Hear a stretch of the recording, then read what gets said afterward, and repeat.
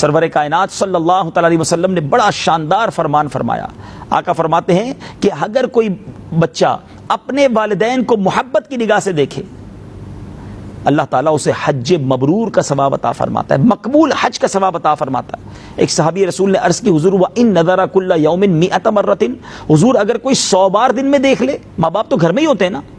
حبیب اللہ فرماتے ہیں صلی اللہ تعالی علیہ وسلم، اللہ اکبر و اطیب، اللہ بہت بڑا اور پاک ہے. کوئی 100 بار بھی ماں باپ کو محبت سے دیکھے، اللہ 100 حج کا ثواب عطا فرماتا ہے.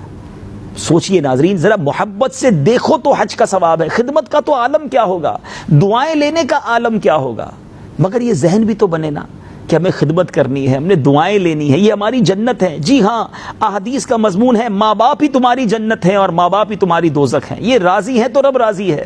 مگر یہ مائنڈ سیٹ اب دور ہوتا جا رہا ہے. ماں باپ بوڑھے ہو جاتے ہیں، جب ان کی انڈرسٹینڈنگ پرابلم ہو جاتی ہے. یاد رکھیے گا، جب انسان کی ایج بڑھتی ہے نا تو سمجھ کم ہو جاتی ہے، لسننگ پاور کم ہو جاتا ہے، وہ سنتے اونچا ہیں، وہ بات سمجھتے مشکل سے ہیں.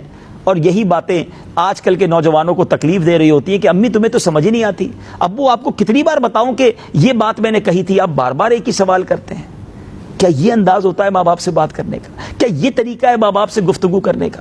یاد کیجئے، جب ہمارا بچپن تھا، ہم چھوٹے تھے، ایک لفظ کو بار بار ماں باپ سنتے تھے اور خوش ہوتے تھے. ہم ایک ہی سوال بار بار کرتے تھے، وہ ہر بار منہ چوم کر اس کا جواب دیتے تھے. اس بات کو سمجھنے کے لیے میں ایک واقعہ سنانا چاہتا ہوں. ایک بوڑھی ماں تھی اور اس نے اپنے بیٹے سے کہا، بیٹے مجھے کچھ آواز آ رہی ہے. تو بیٹے نے کہا، ماں آواز تو نہیں آ رہی، کوئی آواز نہیں آ رہی. دوسری بار بھی ماں نے کہا کہ بیٹا مجھے آواز آ رہی ہے. بیٹے نے کہا، امی آپ کو کیا ہو گیا، آواز نہیں آ رہی، آپ کے کان بج رہے ہیں. تھوڑی دیر بعد ماں نے پھر کہا کہ بیٹا مجھے آواز آ رہی ہے. اب بیٹا شاؤٹ کرنے لگا کہ آپ کو کیا ہو گیا ہے، کام کرنے دیں، مجھے ڈسٹرب کر رہی ہے، کوئی آواز نہیں ہے.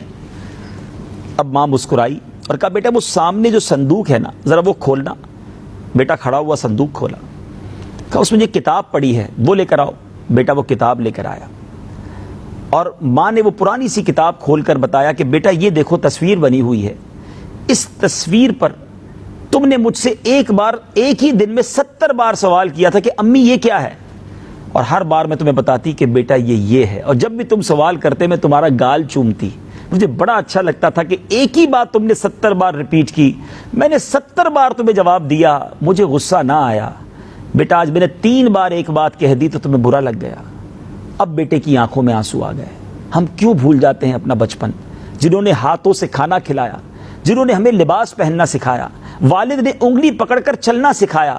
ہماری توتلی زبان میں ہم کچھ کہتے تھے تو وہ سمجھ جاتے تھے، بلکہ اس سے پہلے چلے جائیں ہم صرف روتے تھے تو ماں کو پتہ چل جاتا تھا کہ پیٹ میں درد ہے یا کان میں درد ہے.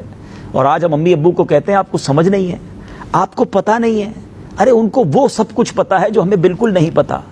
لیکن خدا را ان کے بوڑھے دماغ کو، بوڑھے دل کو دکھی نہ کیجیے، انہیں اس عمر میں تکلیف نہ پہنچائیے. جتنی دیر وہ دنیا میں ہیں انہیں خوش رکھیے، ان کی دعائیں لیجیے. ماں باپ جیسی نعمت دنیا میں اور کوئی نہیں ہے. پوچھو ان سے جن کی ماں چلی گئی، جن کے والد چلے گئے. یہ وہ لو ہے، یہ وہ محبت ہے جو انکنڈیشنل ہے. دنیا میں ہر شخص کسی سے پیار کسی نہ کسی غرض کی وجہ سے کرتا ہے. ماں باپ کو کوئی غرض نہیں ہوتی. ہو سکتا ہے کوئی یہ سوچے کہ جناب بیٹے سے اس لیے محبت کی جاتی ہے کہ بڑا ہو کر کما کر دے گا. ارے ماں باپ کی یہ غرض نہیں ہوتی. اگر یہی غرض ہوتی تو اپاہج بچوں سے کون محبت کرتا. اپنے جو بچے ایب نارمل ہوتے ہیں ماں باپ انہیں بھی سینے سے لگا رہے ہوتے ہیں کیونکہ وہ ان کے بچے ہیں، وہ ان کا جگر کا ٹکڑا ہے. مگر یہی بچہ بڑا ہو کر کیوں بھول جاتا ہے کہ جنہوں نے پال پوس کر بڑا کیا ہے انہیں میری ضرورت ہے. 2 ماں باپ مل کر 10 بچوں کو پال لیتے ہیں، مگر 10 بچے مل کر 2 ماں باپ کی خدمت نہیں کر پاتے، دکھ دیتے ہیں انہیں. خدا را احساس کیجئے، یہ کبیرہ گناہوں میں سے گناہ ہے.